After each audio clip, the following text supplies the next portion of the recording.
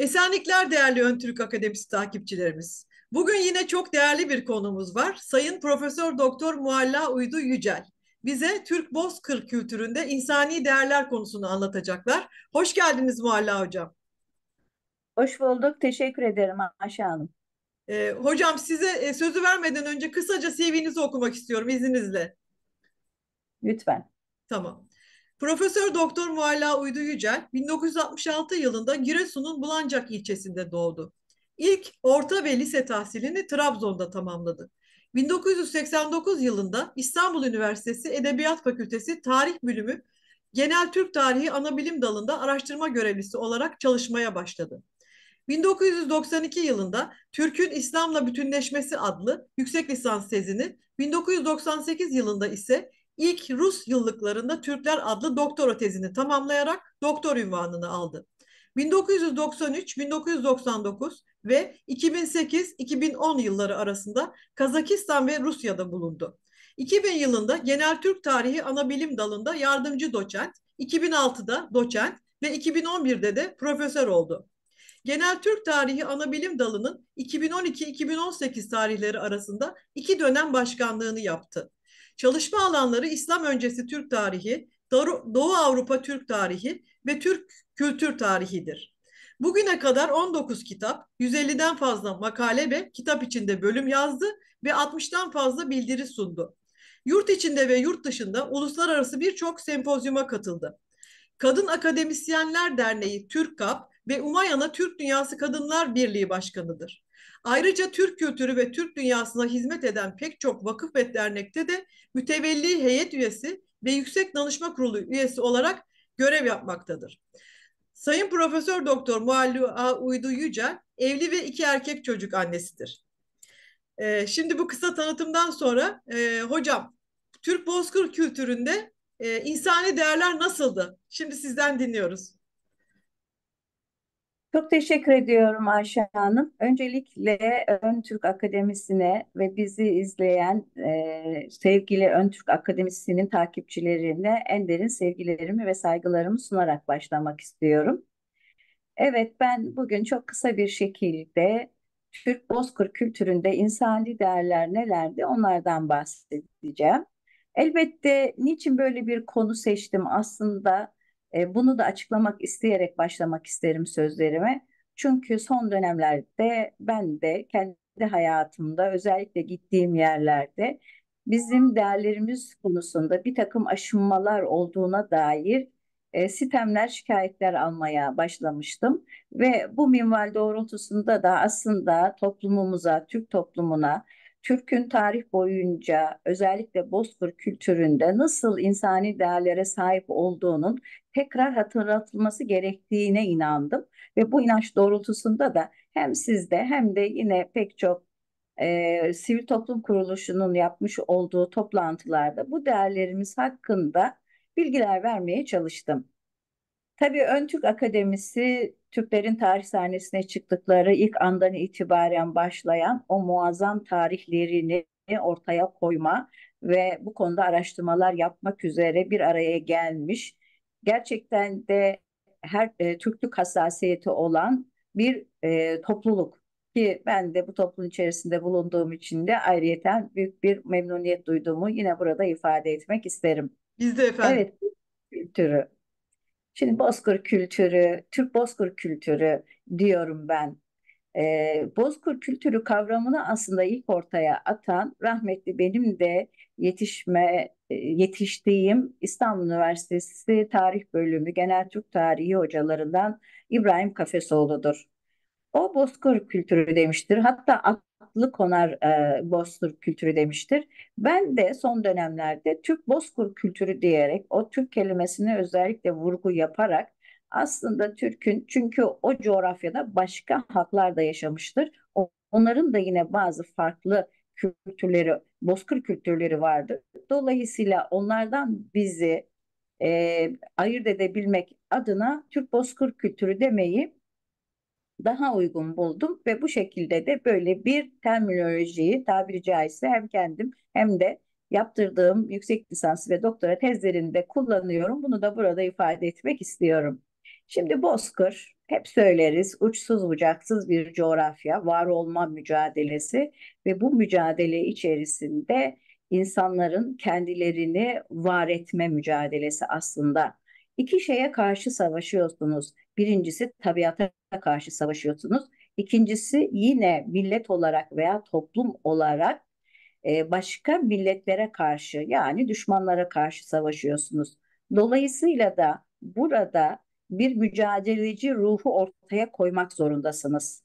Yaşanmışlıklarınız size Türk tarihinde bugün farklı bir anlam kayması olsa da karşımıza o dönemde töre olarak çıkan bir anlayışı getiriyor. Peki Türk töresi dediğimiz bu töre nedir dediğimizde biraz önce ifade ettiğim gibi yaşanmışlıklar üzerinden ortaya konulan aslında hem bireysel hem de toplumsal olarak insanların uymak zorunda olduğu veyahut da toplumların uymak zorunda olduğu yazılı olmayan kurallar zinciridir diyebiliriz.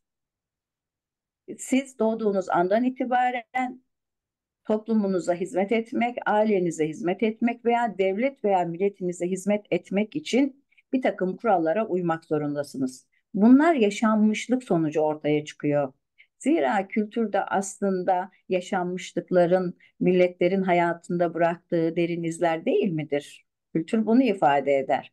Dolayısıyla törede buradan kendi üzerine düşeni almıştır. Ve bu şekilde Türk töresi ahlaklı ve vicdanlı bir birey ve toplum yaratma üzerine oluşturulan çeşitli değerleri kendi içerisinde barındırmıştır. Peki bu değerler nelerdir? Bizi izleyenleri çok fazla sıkmadan aslında bugün de anlamını belki de bir kenara koyduğumuz ve tekrar hatırlatmak zorunda kaldığımız en önemli değerimiz çocukluktan itibaren kişinin bireysel değerlerle donatılmasıdır. Burada baş konu ahlaklı bir insan yetiştirmektir.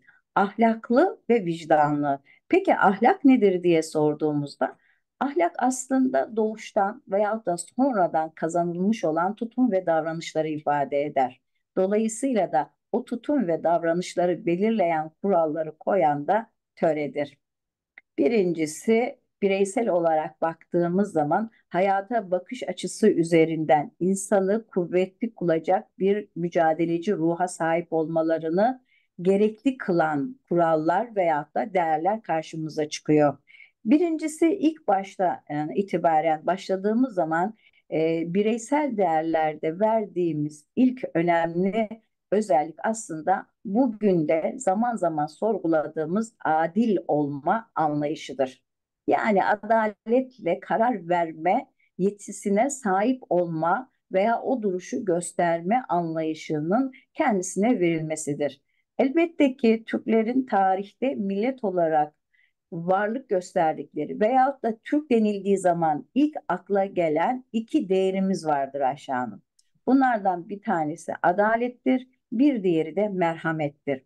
Adaleti ve merhameti yan yana koyarak biz tarih boyunca yol aldık. Bunu net bir şekilde söyleyebiliriz. Tabii burada bireysel olarak baktığımız zaman yine hangi değerlerle e, değerleri taşımaları gerektiği konusunda bir, doğru sözlülük, adaletli olmanın hemen arkasından gelen nokta doğru sözlü olunmasını istemeleridir. Şimdi yalanla karşı gösterdikleri çok büyük tepkiyi biz yine kaynaklarımızda görebiliyoruz. Zaman zaman bu değerleri açıklarken birkaç da yine bizleri izleyenleri sıkmamak adına bazı örnekler de vermek isterim. Doğru sözlü olunmasını istedikleri olayları karşımıza çıkartan veyahut da doğru sözlü olunması isteğini karşımıza çıkartan olaylardan bir tanesi de yine Doğu Roma'nın Köktürklere göndermiş olduğu Valentinos ve Zemerkos zamanında ortaya çıkan olaylardır. Çünkü o dönemde Doğu Roma ile aralarında gelişen yakınlık sonucunda Doğu Roma biraz daha işte Sasanilerin kendileri üzerinde bir hakimiyet kurmak istediklerini söylerler. Ama bu sırada Sasani elçileri de yine gelip Doğu Roma'nın kendilerinin bir hakimiyeti üzeri, onların hakimiyeti üzerinde olduklarını söylerler. Bu noktada anlaşmazlığa düştüklerini veyahut da iki taraftan birisinin yalan söylediğini gördüklerinde de onlara tepkilerini çok net bir şekilde kurarlar ki bunların başında da İstemi Yabgu gelmektedir ve İstemi Yabgu da her ikisine karşı da biz doğru sözden yanayız, biz ne olduğunu biliyoruz derler. Aynı şey Türkşat olayında da geçerlidir. Hatta bu sırada da yine Doğu Roma elçilerinin farklı bir zamanda gerçekleşmiştir ama Doğu Roma elçilerinin yalan söylediklerini gördüğünde elini ağzına götürmüş ve siz 10 dilli Doğu Roma veyahut da Bizans diyorlar ama ben Bizans tabirini çok kullanmıyorum. Doğu Roma'yı kullanıyorum. Tercümede bu şekilde geçtiği için biz hangi nehrin nereden aktığını biliyoruz. Bize doğru söylenmesi gerektiğini her zaman size söyledik. Biz doğruyu söyleyenlerin yanındayız diyerek tepkisini ortaya koymuştur. Şimdi burada doğru sözlülük yani bireyin hayatı boyunca yalandan sakınması ve şunu da ifade edelim ki yalan söyleyenlere karşı uygulanan cezaların da son derece ağır olduğunu görüyoruz. Yani peki nedir bu ağır ceza dediğinizde hem aileden hem de toplumdan soyutlandığını Evet. yani onlara karşı saygınlık noktasında herkesin imtina ile baktıklarını görüyoruz. Bu da tabii o dönem içerisinde son derece önemli. Sözünüzün bir ağırlığınızın olmaması, ağırlığının olmaması sizler için önemlidir. Hepimiz için önemlidir. Bugün de öyledir. Hatta biz bugüne yansıyan tabiriyle hem ticarette hem de kendi ikili ilişkilerimizde söylediğimiz söz namustur anlayışı aslında Türklerin doğru sözlü ve yalancı olunmaması gerektiği konusundaki hassasiyetlerini bugüne kadar taşıyan bir deyim olarak karşımıza da çıkıyor diyebiliriz. Tabii Türklerin bir diğer belki de hem toplumsal hem de bireysel olarak değer verdikleri üçüncü hasletleri hoşgörüdür. Hatta burada şunu da ifade edelim. Yani biraz önce söyledim ya adalet ve merhamet Türkler için kalıplaşmış iki cümledir. Bunun üçüncüsü de hoşgörü Hoşgörü. olarak karşımıza çıkıyor. Çünkü biz sosyal hayatta aileden başlayarak devlet teşkilatına askeri hayatta, ticari hayatta ve dini hayatta gerçekten de hoşgörüyü birinci sırada tutmuş olan bir milletiz. Bunun en bariz örneğini yine Hazar Kanununda yaşıyoruz. Çünkü Hazar Kanunu içerisinde çok farklı milletlerden ve yani etnik gruplar olduğu gibi farklı dinlerin de varlığını görüyoruz. Ve bu farklı dinlere mensup olan insanların Batılıların tabiriyle Pax Hazaria dedikleri yani Hazar hoşgörüsü dedikleri bir hoşgörü anlayışı içerisinde yaşamlarını devam ettirdiklerini biliyoruz. Hatta yine biraz daha ileri gidecek olursak o dönemle ilgili bilgi veren Mesudi'nin eserine baktığımızda da der ki Hazarların başkentinde 7 tane kadı bulunur. 2 tanesi Müslümanların, 2 tanesi Hristiyanların, 2 tanesi Musevilerin ve birisi de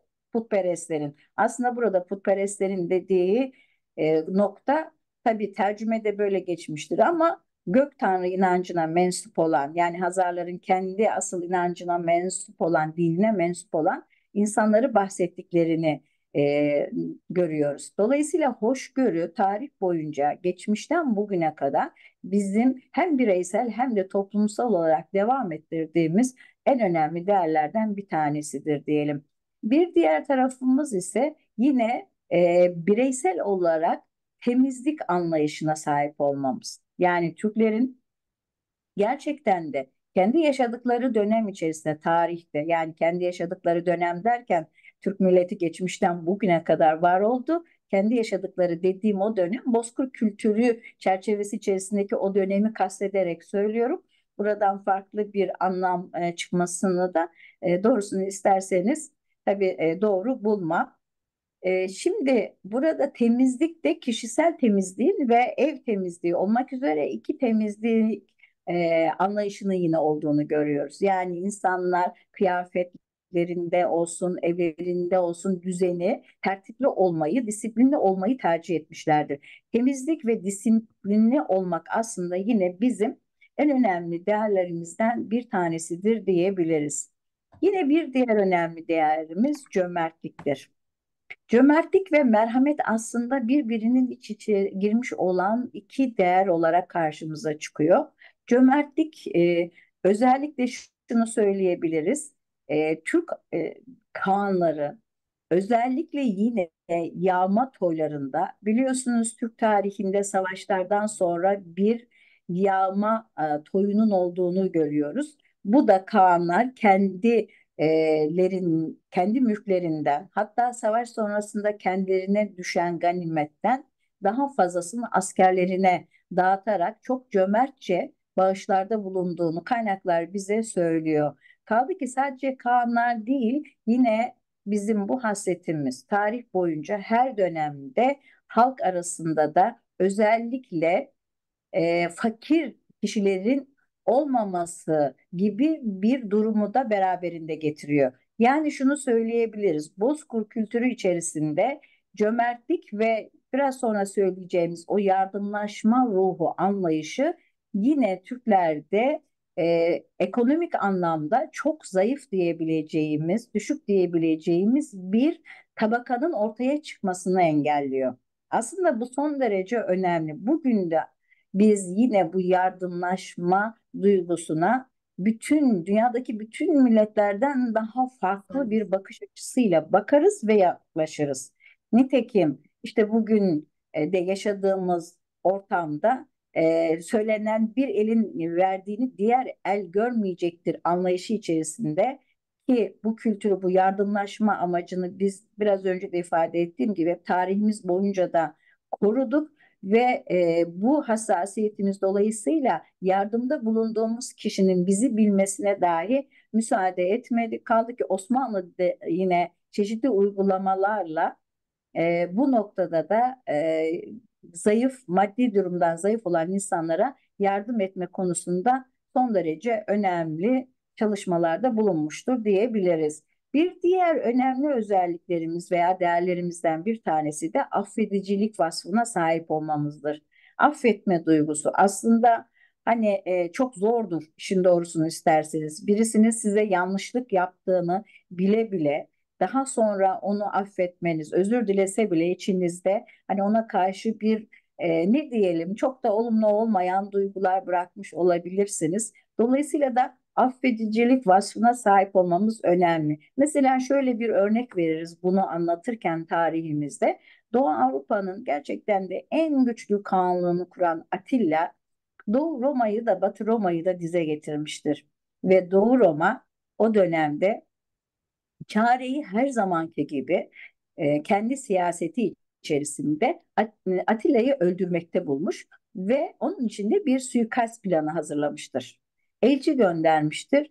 Ancak bu arada özellikle adil ve adaletli olurken belki de onunla da örtüşen şöyle bir durumumuz var bizim liyakat üzerine giden bir kanlık anlayışına sahip olduğumuz için Atilla da bu anlayışın en önemli temsilcilerinden bir tanesidir ve kendi kanlığı içerisinde farklı etnik gruplardan olan kişileri kanlık yönetimine getirmiştir.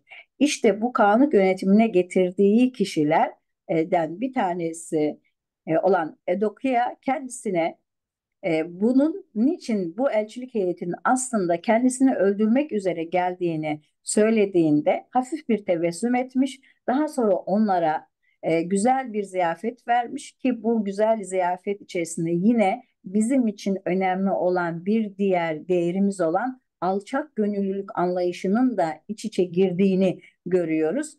Çünkü orada gelen elçilere işte demirden, bakırdan, altından kapların içerisinde yemeklerin verilmesini sağlarken kendisi tahta kaşıkta ve tahta tabakta yemeği tercih etmiştir. Yani alçak gönüllü bir hükümdar olduğunu da ifade etmiştir. Alçak gönüllülük yine bizim kültürümüzün ürettiği, hatta bunun günümüze yansıması da şöyledir. Ne kadar çok yükselirsen o kadar alçalmasını bileceksin. Yani makam olarak ne kadar çok yüksek bir makama sahip olsan da kişilik olarak o makamın altından kalkacak, basireti gösterebilecek bir alçak gönüllüle sahip olacaksın anlayışı vardır. Ve Atilla'da ki içlerinde Priskos bunu yazmıştır. Doğru Romalı bir tarihçi olarak ve şöyle demiştir. Hepimiz çok, çünkü Atilla'nın bizim ona suikast kurmak üzere buraya geldiğimizden haberdar olduğunu öğrendiğimizde bizi davet ettiğinde aslında bizi öldüreceğini düşünmüştük. Ama tam tersi, Atilla siz değil, sizi buraya gönderenler suçludurlar diyerek, hatta elçiye zeval olmaz sözü bizde çok fazla kullanılır biliyorsunuz. Bu anlayış içerisinde de onları serbest bırakmıştır. Ama o dönemde Bizans Doğu Roma İmparatoru olan Theodosios'a çok ağır bir karşılık vererek, cümle olarak haddini de bildirmiştir diye biliriz. Tabii bunun yanı sıra Türklerde fedakar olmak da son derece önemlidir. Fedakarlık yapma ruhuna sahip olmak da. Bunların içerisinde mesela yine ben zaman zaman söylerim, Köktürk Kağanlığı'nın, ikinci Köktürk Kağanlığı'nın iki büyük aslında devlet adamı vardı. Tabii üçüncüsü, üç tane dersek daha doğru olur Tonyukuk'u da saydığımızda. Ama bunlardan ikisi kardeştir. Bilge Kağan ve Kültegin. Bilge Kağan ve Kültegin Kültegin'in tahta abisinin geçmesi noktasında da büyük bir fedakarlıkta bulunmuştur. Dolayısıyla da yine fedakar olma yeri geldiği zaman fedakar davranabilme anlayışı içerisinde bir anlayışa sahip olduklarını rahatlıkla söyleyebiliriz. Yine bir diğer önemli değerlerimizden bir tanesi iyilik yapma, iyiliksever olma özelliğidir. Mesela biz Uygurlara ait fal kitaplarında, ki bu fal kitapları Altun Yaruk dediğimiz fal kitabında iyilik yapmanın ne kadar çok önemli olduğunu ortaya koyan beyitlere rastlıyoruz. Her ne kadar bazen zaman zaman bu konuda şu da söylenebilir. Altun Yarık özellikle Budizmin etkisi altında yazılmış olan bir eserdir. Yani Budizme ait olan pek çok ne diyelim doğanın bir karşılığı olarak karşımıza çıkmış olsa da yine burada Türk kültüründen izleri de çok rahat bir şekilde görebiliyoruz. O yüzden de iyilik yapılmasını tavsiye eden bir anlayışın, hani yardımlaşma demiştim ya, bir elin verdiğini öbür el görmeyecek, duymayacak anlayışı, aslında iyiliksever olarak da yine aynı şekilde bir anlayışı beraberinde getirdiğini söyleyebiliriz. Yine kanaatkar olmak. Bu da bizim için son derece önemlidir. Hatta şöyle diyelim, yine Doğu Avrupa Türk tarihinde son derece önemli bir kanunu kuran Avarlarla ilgili özellikle Lombard kralının söylemiş olduğu söz önemlidir. Çünkü diyor ki ben hayatımda bu Avarlar kadar çok kanaatkar bir millet görmedim. Dolayısıyla da yine hani tarihte yaşanan hadiselerde biz bunu çok net bir şekilde görebiliyoruz. Yine bir diğer önemli değerlerimiz aslında azimli olmamız, azim noktasında çalışmamız, hırsı asla ve asla tavsiye etmememiz. Çünkü hırsın insanın kendisini getirebileceği yeri çok iyi bildiğimiz için. Neden? Çünkü özellikle iktidar mücadelelerinde hırsın çok öne çıktığını görüyoruz. Aynı şekilde devletlerin veya kanlıkların yönetiminde hırs gösterenlerin her türlü işte oyunu diyelim tabiri caizse mübah görmemeleri bunun bir sonucu olarak karşımıza çıkıyor diyebiliriz. Yine Bozkır Türk kültürünün en önemli özelliklerinden bir tanesi veya değerlerinden bir tanesi namus anlayışıdır. Namuslu olma, kadın ve erkek için bu şarttır. Hatta bu konuda cezalar o kadar çok fazla caydırıcı olmuştur ki bütün kaynaklar, ki bu arada özellikle İslam kaynaklarını söyleyebilirim. Türklerin namuslarına son derece düşkün olduklarını ve özellikle yine kadınlarının son derece namuslu olduklarını söylerler. Hatta İslam tarihçisi Gerdizi'nin şöyle bir cümlesi vardır. Onların kadınları çok namuslu ve iffetlidirler diye, ki bu anlayış o dönem içerisinde de geçerli olmuştur. Türk toplumunun değerlerinin uygulanabilmesi için Türk töresi bunun bireysel ve toplumsal olarak uygulanabilmesi için onlara çeşitli haklar verdiği gibi Ayşe Hanım aynı zamanda cezalandırmayı da çok şiddetli bir şekilde yapmıştır. Mesela biraz önce bahsettiğimiz namuslarına son derece düşkün olmaları zina hadisesinin Türk toplumunda çok nadir görülmesini beraberinde getirmiştir. Bunun altında yatan sebep de hem anlayışın olması, yani namusa karşı gösterilen o onun kirletilmesine Evet. karşı gösterilen bir duruş ve bunun yanı sıra da törenin bu konuda ortaya koyduğu cezalandırma Yaptırım. sistemi. Evet. İbn Faddan bu konuda bize bilgi veriyor. Mesela o şunu söyler, der ki ceza yapan bir kadınla erkek, ki bu arada çok detaya inmemek şartıyla şunu söyleyelim. Çünkü kadın ve erkeğin bekar ve evli olma durumuna göre de değişir, ama eğer her iki tarafta evli ise, yani kadın ve erkek de evli ise, o zaman her ikisini de, işte tabii bu arada şunu da söylüyor töre, zina yaptıkları şahitler tarafından da onaylanırsa, tescilli olursa. O yüzden de bu noktada her ikisini de kollarını ve ayaklarını kayın ağacına bağlayarak onların cezalandırılmasını sağlıyorlar. Ve şöyle söylüyorlar, biz onları yağmura ve güneşe tabi tuttuk diyorlar. Dolayısıyla da burada önemli olan bu işin olmaması. Şimdi biraz tabii toparlayacak olursak, kadınlara karşı gösterilen anlayış, çocuklara karşı gösterilen anlayış ve bunun yanı sıra özellikle burada üzerinde durmamız gereken en önemli bir değer de yaşlılara gösterilen saygı ve sevgidir. Bugün Türk toplumunda da yavaş yavaş unutmaya başladığımız bir anlayışın tekrar hatırlatılması gerekir. Çünkü hem çocuklar hem de yaşlılar hem geçmişin hem de geleceğin teminatı olarak görülmüşler ve dolayısıyla da yaşlıların, büyüklerin bilge sıfatıyla baş köşelerde oturtulduğu, değer verildiği bir anlayışı içlerinde barındırmışlardır. Yine çocuklar da aynı şekilde çok iyi bir eğitime tabi tutularak onların gelecek nesillerin yetiştirilmesinde veyahut da onların diyelim devletin geleceğinde söz sahibi olmaları için gerekli donanımların yapılmasına vesile kılınmıştır diyebiliriz. Tabii sadık olma da yine bu noktada istenilen ve aranılan değerlerden bir tanesidir. Bir diğer değerimiz de e, özellikle misafirperverliktir.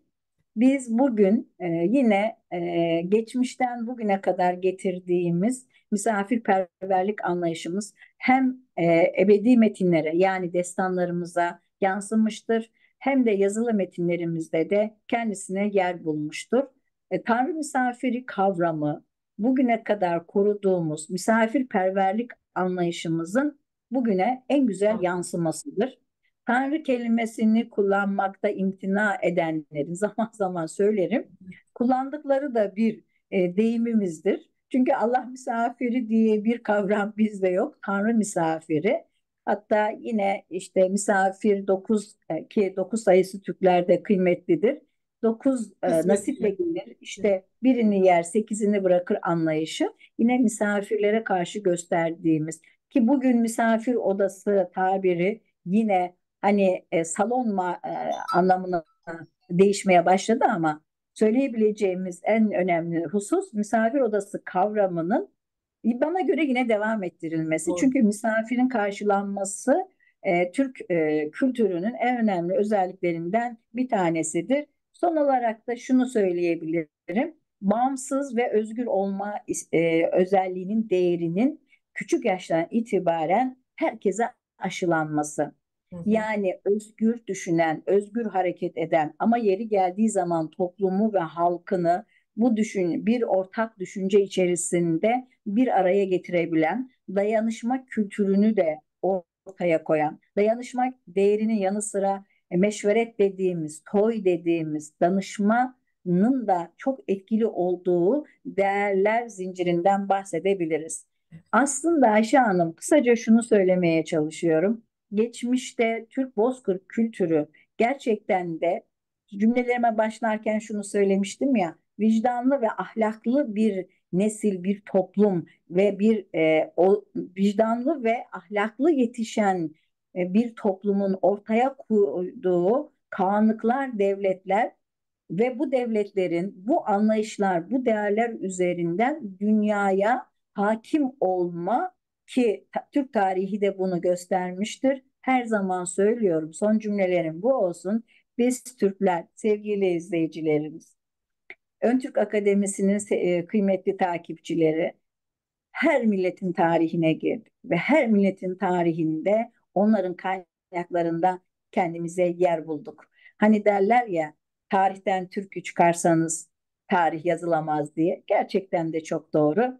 Biz her dönemde değerlerimizle, insani yönümüzle, ahlakımızla, adaletimizle, merhametimizle, şefkatimizle diğer milletlere önder olmuş, diğer milletleri kendi hoşgörü anlayışımız içerisinde birlikte yaşama anlayışına getirmiş ve bunu tarih boyunca göstermiş bir milletin evlatlarıyız. Sizlerden ricam, bu değerlerimizi hem kendi ailemizde hem de gelecek nesillerimize kendi bulunduğumuz konumumuzda iletmemiz ve bunların tekrar hatırlatılmasına vesile olmanız. Bu vesileyle ben de Ayşe Hanım'a, bana böylesine anlamlı bir topluluk önünde konuşma fırsatı verdiği için ve bu değerleri tekrar hatırlatma imkanı sunduğu için çok teşekkür ediyorum. Her birinize en derin sevgi ve saygılarımı sunuyorum. Mualla hocam, biz size çok teşekkür ediyoruz. Ağzınıza, yüreğinize, aklınıza, nefesinize sağlık, ilminize sağlık. O kadar güzel, o kadar keyifli bir sohbet oldu ki bize unuttuğumuz değerlerimizi hatırlattığınız için size Türk milleti adına, Ön Türk Akademisi adına çok teşekkür ediyorum ve yükselişimiz gene bu değerlere sahip çıkarak olacak. Size %100 katılıyorum. Sağ olun, çok İyi teşekkür bayramlar ediyorum. diliyoruz. Sağ olun. Ben de Görüşmek üzere herkese iyi efendim. bayramlar diliyorum. Sağ Görüşmek olun, üzere. teşekkür ederim.